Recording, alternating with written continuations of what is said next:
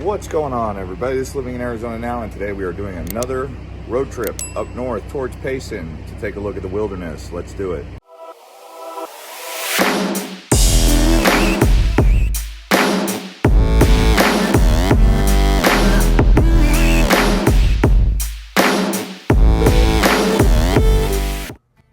All right, here we go, headed out on Frank Lloyd Wright through Fountain Hills to the Beeline Highway. This is the way you get to Payson along this beeline here, also known as Highway 87.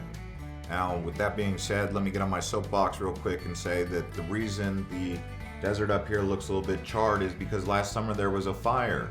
So this summer, as you go out in Arizona, do be sure to be mindful of putting out your fires completely so we don't have any more problems like we had last year. Now we have arrived in Payson, a small town north of Phoenix, about an hour and a half from Mesa. Today, in this video, we are going to explore the Tonto Natural Bridge, which is a state park, as well as the Waterwheel hike.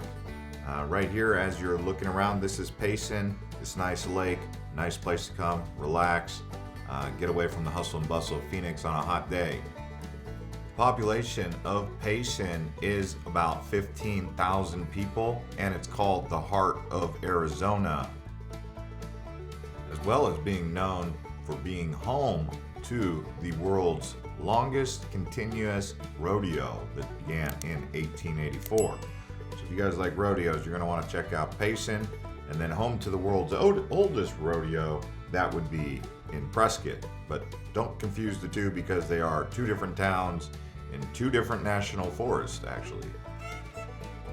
All right, anyway, enough about Payson. What do you guys say we get out there and explore the Tonto National Forest around here, head up towards the airport, go beyond that, and actually arrive at the Tonto Natural Bridge. Now, this area is made out of travertine and limestone rock formations that basically got carved out by the creek here, and it went right under there, and you're about to see a pretty cool geological feature, which is where we're headed right now. Because it is a state park, you do have to pay to get in here, and parking can fill up, especially on the weekends.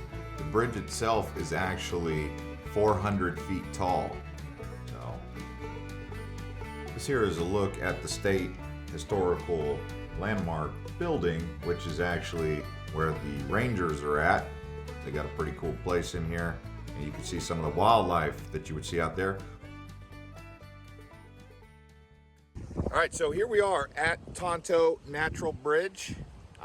It is about $8 per person. Parking lot does fill up on the weekends, so keep that in mind, but let's go check out this trail and the bridge. Now, there is several hiking trails around here. This one that we're going to go on first is called the Waterfall Trail. Really short. I mean, it'll only take you 5 minutes down, 5 minutes up, and that's saying that you really took your time. But it is steep, so do keep that in mind. And some of the other trails we're going to show you, they're also short, but they are steep, and be sure to bring water because you're going to be walking over rocks and steep hillsides. Nonetheless, this little cave waterfall here with the stalagmites and the lush plants growing on it, very lush for the desert here in Arizona. This here Pine Creek Trail, do pay attention to the signs, please. Don't want any incidents. All right, so we're taking this trail here down the creek. We're walking down the creek here, and we're gonna go to the bridge, and we're gonna show you guys what it looks like down here.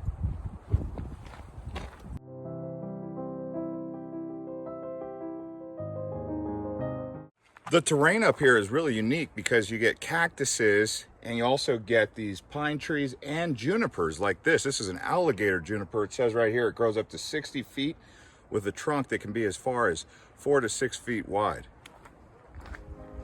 Now, how about that? That's a pretty big tree, huh? Anyway, you can see we're down here on the Pine Creek. The water does build up here in April. The summertime, for the most part, it's going to be dry unless there's a monsoon. But the pools, I wouldn't recommend swimming them. Too much stagnant water, especially during this time of year. but you can see the terrain is quite rough. So when you come down here, make sure you're wearing the proper shoes. I would say hiking boots would be a good idea.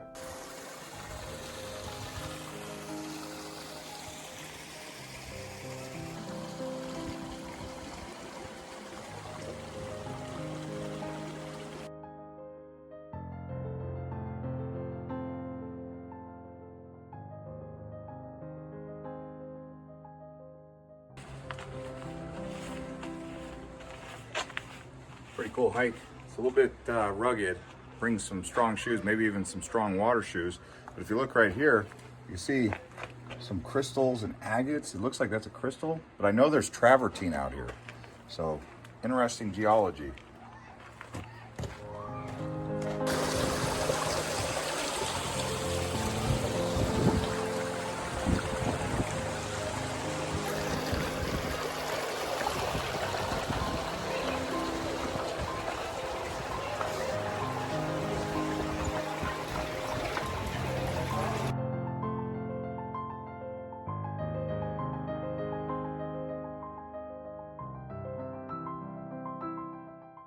So after about 20 minutes of walking, we finally arrived to the bridge. You can see the actual bridge itself. Walk this way and we'll show you down through here.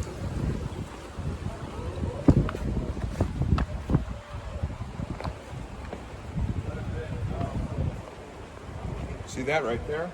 And go under the bridge. I don't think this video here does it quite the justice, because this hole, when you're underneath it, it is quite enchanting, I would say. I will say another thing about the rocks here, because so many people have been down here, the rocks have this polished, smooth texture to them, and that can make them kind of slippery. So if you ever see a rock that's been polished in a sander or grinder, that's what it kind of feels like on some of these rocks. So just be careful with that. Make sure you have the proper traction. There are different hiking techniques you can use to stay safe around that kind of polished rock, but I just wanted to point that out.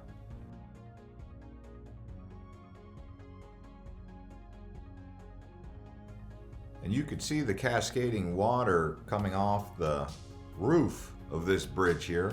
I believe that that stream is actually now kind of man-made, but it does represent what it would have looked like before, the settlers arrived. If this is your first time living in Arizona and you guys enjoy videos like this, now take the time to like the video and consider subscribing if you like videos just like this. We go around all over Arizona.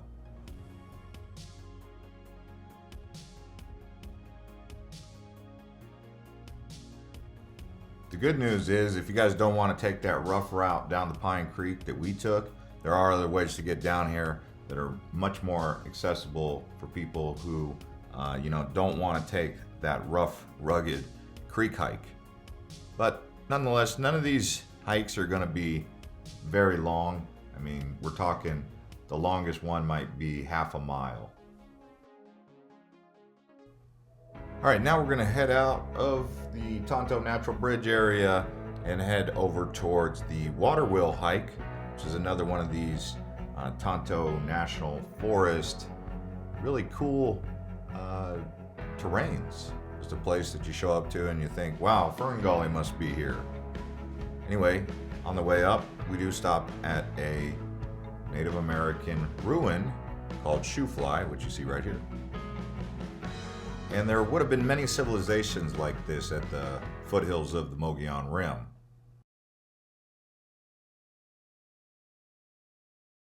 Here we are at the Shoofly village. This is an Indian ruin, Native American site. We're gonna go check it out right now.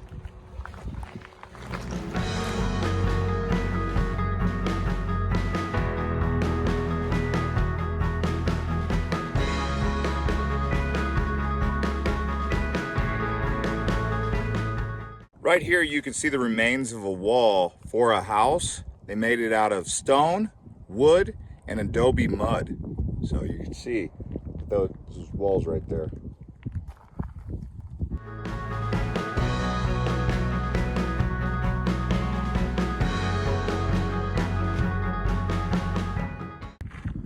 And you could see what the room would have looked like with the pots and the ladder to get in and out on the rooftop.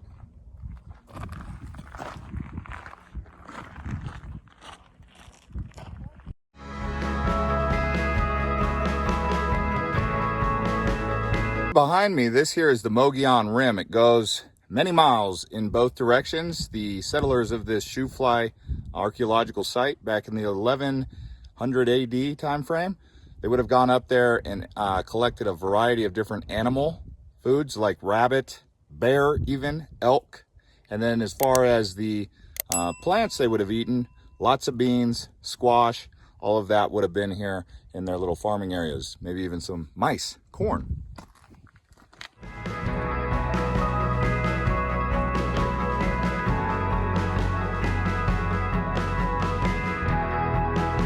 If you look on the ground here, you'll see these juniper berries. They look like blueberries. They actually come off this juniper tree right here. Right here looks like some elk droppings or maybe some deer, but don't be surprised if you see an elk or a deer out here.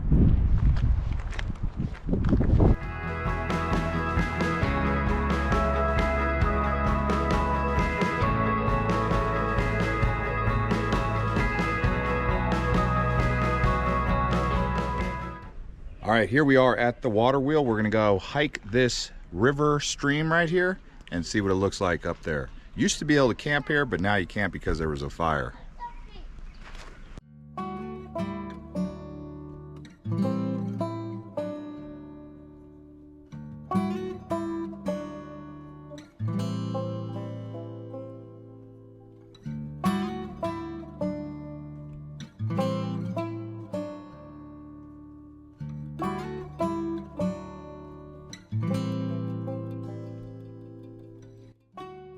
Now this Waterwheel hike, it is a bit longer in and out than the Tonto Natural Bridge. We're talking an hour in, an hour out. Unless you're a highly experienced hiker, maybe it might be a lot quicker than that. But this terrain here, definitely more rugged than most hikes you will go on. Lots of crossing over streams and back and forth. But it can be worth it when you get up to the waterfall. I recommend this hike for people who enjoy going places where there's actually running water where they're at.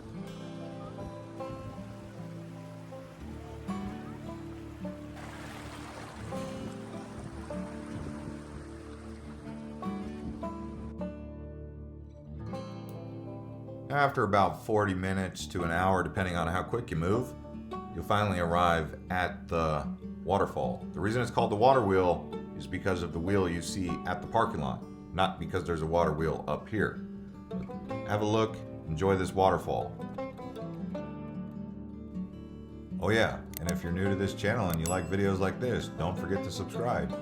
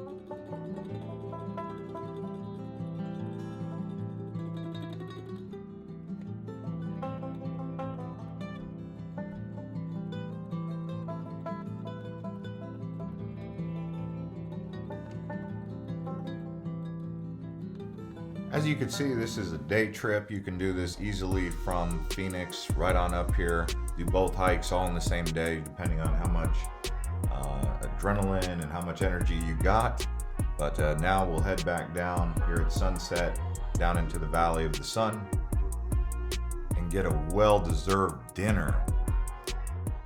And what better way to end a great day out in the Arizona nature than to come to Benihana's, my favorite resturant in Scottsdale.